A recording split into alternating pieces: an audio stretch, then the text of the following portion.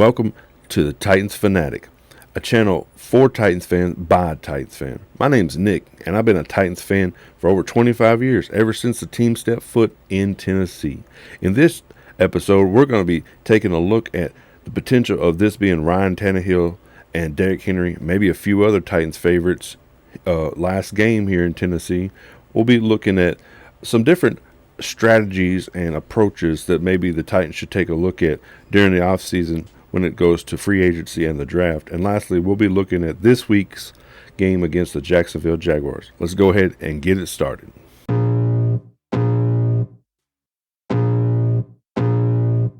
I can feel the blood creeping up from the heathens. Got will, got fight, got pride, got reason. If they wanna go eat, then you know I'm gon' feed them. If you're coming for me, hope you're ready for a demon. I got eyes in the back of my head, I'm seeing. Take me. So when it goes to Ryan Tannehill and Derrick Henry, everybody loves the King Derrick Henry.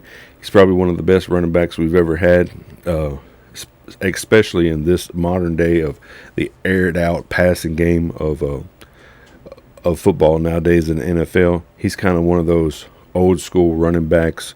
It's still been great. Ryan Tannehill has had his fans, but probably more criticism than fans. And you know, Ryan Tannehill isn't an elite quarterback. He's like what I've heard other people call a trailer quarterback. He's not a pull you team. He doesn't elevate players. He doesn't make players around him better, but he makes you could give him good players and he can make you go even farther. And I think about, even though Derrick Henry was becoming to become himself, or becoming to become great with Marcus Mariota, we needed somebody as steady and somewhat consistent in the regular season to get us consistently into the playoffs. Now, Ryan Tannehill didn't do too great in the playoffs, but he did get us, to an AFC Championship game. He got us another win in another year in the playoffs. Now, he didn't have great stats in those games, but he did do some things with his legs. He was consistent, a little bit better than what I would call a game manager, but he was on that kind of that game manager style where he would most of his wins come off of him having low turnovers and keeping Derrick Henry going and keeping big plays happening, running the play action game and all that other stuff. But overall, he was probably very vital to us having a lot of success over that span from when he took over from Mariota till probably the last couple years, and even helped with some pretty low quality, I would hate to call it, but receiving cores those late couple years. I don't think he had the best receivers out there, and he was still making it happen. So I'm not the biggest Ryan Tannehill fan, but I'm not the biggest Ryan Tannehill hater. I think he's a pretty good quarterback. I hate to see Derrick Henry leave if this is his last game when it comes to Derrick Henry. Hopefully he could maybe stick around, but like I said, some other shows, I don't think it's been Derrick Henry's fault as much as it has been the offensive line on why he struggled. Now, I do think that he's missed some holes. This season he hasn't been as decisive, maybe, and that's maybe because he's used to. I think there was a stat that he was getting hit 50% of the time in the backfield, and that maybe is messing up his psyche a little bit. He's afraid that people are already going to be there when they're not sometimes, and he's already expecting a hit, and so it's messed him up on his timing in his head or something. But I think that he's been a big he's been very vocal about running backs not getting enough money. And I think he feels, in my opinion, that he feels that maybe he's still got some good years left. And I don't see that he's going to go and take a lot less money to stay with the Titans in a minimalized role. I think he'll probably go elsewhere for a little bit more money and a, pretty solid role somewhere else. So I have a feeling this will be his last game in Tennessee as well as a Titan. So hate to say that, but I see that happening. there's probably be a few other people that'll probably go. I think that Burks might leave. I think if they find another trade partner for him on a late 5th, 6th, 7th round pick, they'll probably take that. You know, it's a J-Rob pick. That was not one of these guys' pick. I don't know if D-Hop will stay. I know when he came here, suppose he wanted a mature quarterback. He said a lot of good things about Will Levis so far this season, but he wanted to be somewhere that he was going to get the money, somewhere with the quarterback that wanted to win and was mature and loved football, but also maybe had a chance to compete. I don't think we have a chance to compete for a little while, and but he might want to stay. I don't know. He might be comfortable. I just see a lot of moving parts about to happen. It's hard to foresee a lot of them because you don't really know. I can kind of go ahead and see the writing on the wall with Tannehill and Henry, and that's a shame that, you know, these guys brought us a lot of good football, you know, so hopefully they'll land somewhere, I'm pretty sure. It'll be good for them and their families, but, you know, it's hard for us as Tennessee Titans fans to see them leave, but, you know, it's a business, and that's what it's got to be. So next, let's go ahead and take a look at how the Titans could or should, in my opinion, take a look at the offseason free agency and draft.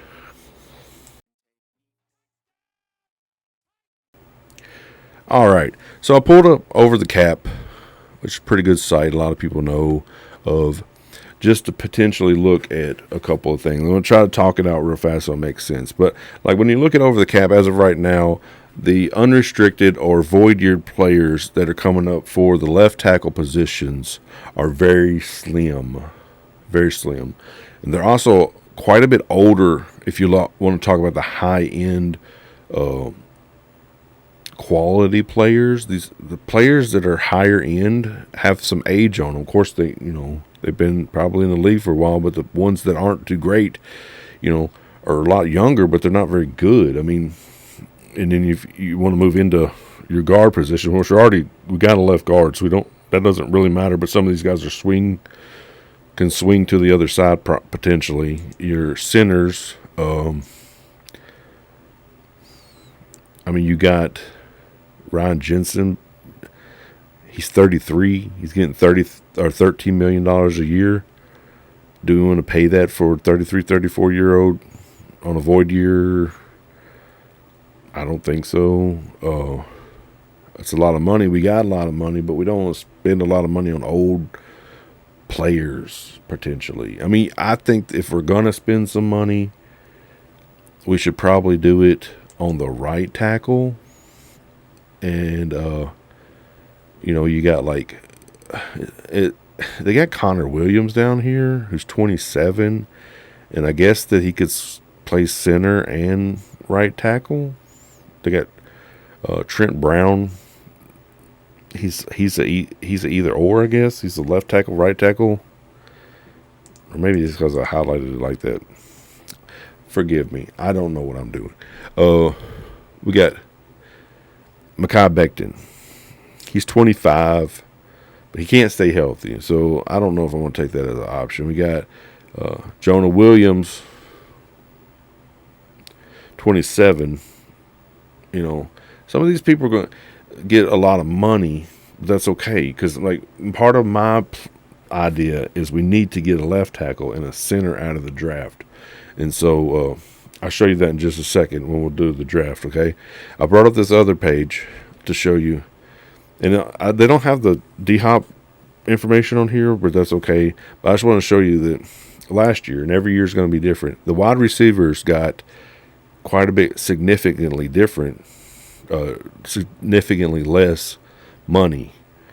It was a lower year. Of course, you could go back to the year before where they were making a lot, was that cat in the wide receiver down in Jacksonville? He made a lot. It made like $70 or $80 million. But if you go up here to I think it's up here. No, it's wrong way. Wrong way. Sorry, guys. You go down here.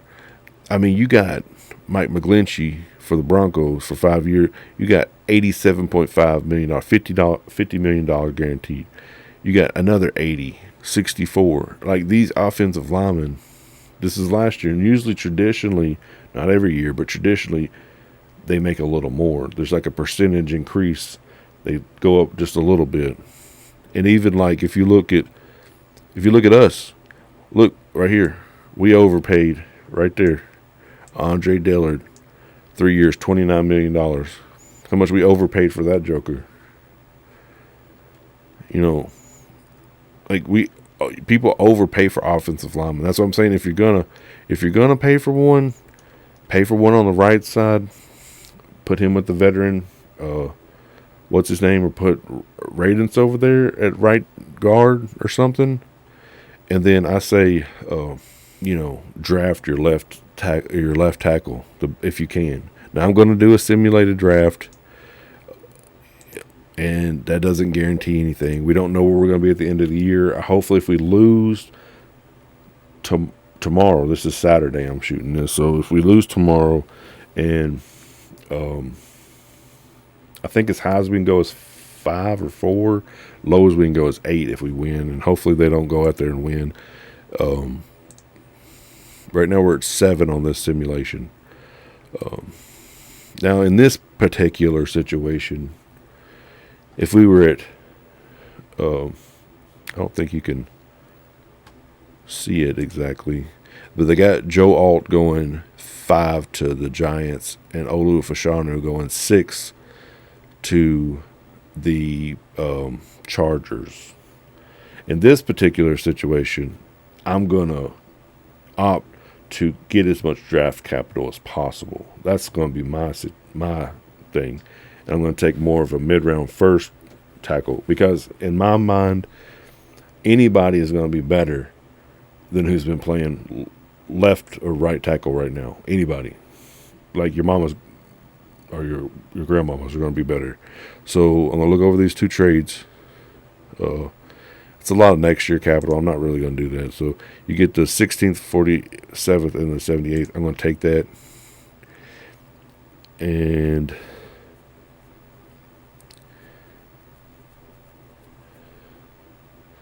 I'm going to reject that and reject that. So what I'm going to do is I'm going to go down here and take this Fuanga.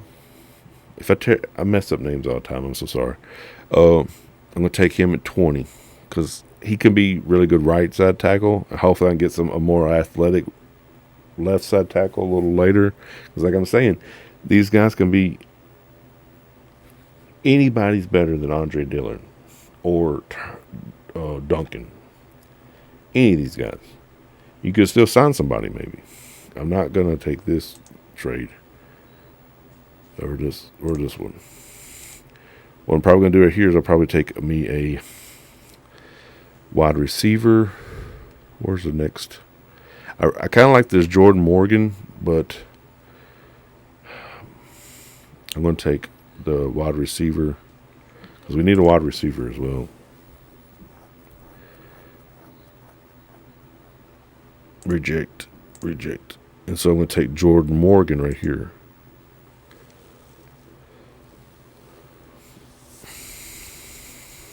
I'll reject that. So in my opinion, we need to take a big body defensive tackle as well. Take some heat off of Simmons. Get a big body guy to eat up some space. This guy's big, if I remember. Yeah, 346, 6'4". He'll eat up some space in there, and then help Simmons be able to wreck shop a little bit more. And right here, Zach Frazier is your center. So you got 2 tackles and a center by just falling down a little bit in the draft. And then, so then you need an extra running back because I love Tajay Sharp, but remember everybody was crying about the boy ain't got no ACL at the beginning of the year. Why are you going to draft a running back with no ACL? Why are you going to draft a running back with no ACL? Now everybody's in love with him because he can do stuff, but I didn't make his ACL turn back up. I mean, he still ain't got an ACL, so we still need some more running backs. So we're going to have to do it by committee now, not just apply, just hope that one guy can do it anymore because we ain't going to have Henry no more. So I think that's the way to do it. see here. We need cornerback help. Cornerbacks from LSU usually work out pretty well. They can coach up their cornerbacks over there. I don't really know. I know we need some safety help. Just some of these guys I'm not real familiar with. I haven't really looked a lot into. We probably could use another weapon. It's really far down there though. Tight end. We need a bigger tight end. That guy's little. 235. Iowa has pretty good, known to have pretty good tight ends. Where are we at? This guy's. Let's get a little bit of depth on the. Here, we'll go ahead with that tight end now. So here's what we got. We got your right, maybe your right side tackle, your left side tackle, and then you can still keep Duncan. You can still keep Radiance. They can work around, as depth pieces. Somebody goes down in the year. They got some experience this year, and maybe they'll be better. Maybe they needed some play strength. Maybe they needed some experience to be quality depth pieces, but they don't need to be starters. You got your wide receiver. You got a big defensive tackle. Your center. Now, I know I'm not the biggest fan of having so many rookies on the offensive line, and you may still want to go out there and get you some veterans to compete or stick in there until these guys get totally ready. But you still know you got pieces that can grow and get better than you did before. And then you got your running back. And these other guys are probably special teams, practice squad, something, I don't know. But either or, they're 165 to 218, so that's what that is. But either or, I'll go ahead after this and look at this weekend's game. And let's do that. All right, so as far as I remember, I think Will Levis is not going to be playing, or he is like the third quarterback for the game. I think that Trevor Lawrence is like questionable, which I know they really need this to win. They need to win this. Jacksonville does. I know that all the other three teams in the AFC South, Jacksonville, Indianapolis, and Houston, are all still in the race for making it into the playoffs. Of course, we are out. So I'm pretty sure Trevor Lawrence will play. I think last week was like, I heard something like it was like the first game he had ever, or one of the first game he had ever missed, or first or second, even all the way back through high school or something like that. Like, he's pretty, he makes it through a lot of bumps and dings and stuff like that. So he's a pretty tough guy.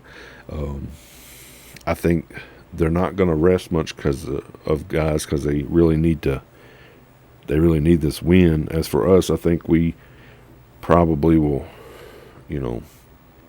do the typical Vrabel thing, the underdog compete mantra. But hopefully he will be smart enough to know if he is going to hang around like he had been saying this week, for either a full rebuild or a competitive rebuild. We need as high a draft pick as possible, and he will know that we need to lose this game for that to happen. So I don't mind being competitive, but don't shoot yourself in the foot for the future in order to give one to the Jacksonville, just to hurt yourself in the long run. I'm not one of those guys that says if you can win it. I mean, but if you could win it, you should be winning more of them, is the way I kind of see it. Like, if you are a bad team, you don't just need to win one for the Gipper. You needed to be winning them the whole time. You shouldn't just screw one over on Jacksonville just because. And we need a higher draft pick. We need to rebuild a lot of stuff on this roster. So, but as I see it, I think that Jacksonville will probably win this one pretty handily, probably by 10 or 13 points. I can see it being like Jacksonville being like 27, us maybe 16, maybe 10. I don't know, somewhere in there. I can't tell because, the 2 weeks ago with Seattle, we really hung in there tough, and then last week with Houston, we didn't look like we even belonged on an NFL team. So, who knows exactly? But hopefully, we come out. We'll start to see the future plans of what's going on. There's a lot of rhetoric with Vrabel wanting to leave and a lot of this stuff, and I'm kind of not sure if he's wanting to leave. I've been trying to not pay attention to stuff, but I've been kind of noticing he hasn't been doing his own show that much. May just be because he's tired of doing it for so many years, but either or. If he's going to be there, that's fine. If he's not, then let's get an offensive-minded coach because we have a young offense, and I think that's kind of the way that the NFL goes, is more offensive-minded anyway, and you just have a good defensive coordinator. But, these defensive-minded head coaches are kind of harder to they have more of a conservative mindset most of the time than offensive-minded ones do, I think. So, but either or, still going to be a Titans fan, still going to be rooting them on no matter if Vrabel's there or whoever's there. Just hopefully we make it and get to the playoffs, maybe win a Super Bowl before I'm 90. But I appreciate you guys watching. Thanks and all that stuff. Let's try to make the YouTube gods happy. Please, if you would, give me a like, sub. If you like what I'm doing here, share it around. All that other good stuff. Appreciate you guys. Thanks and peace.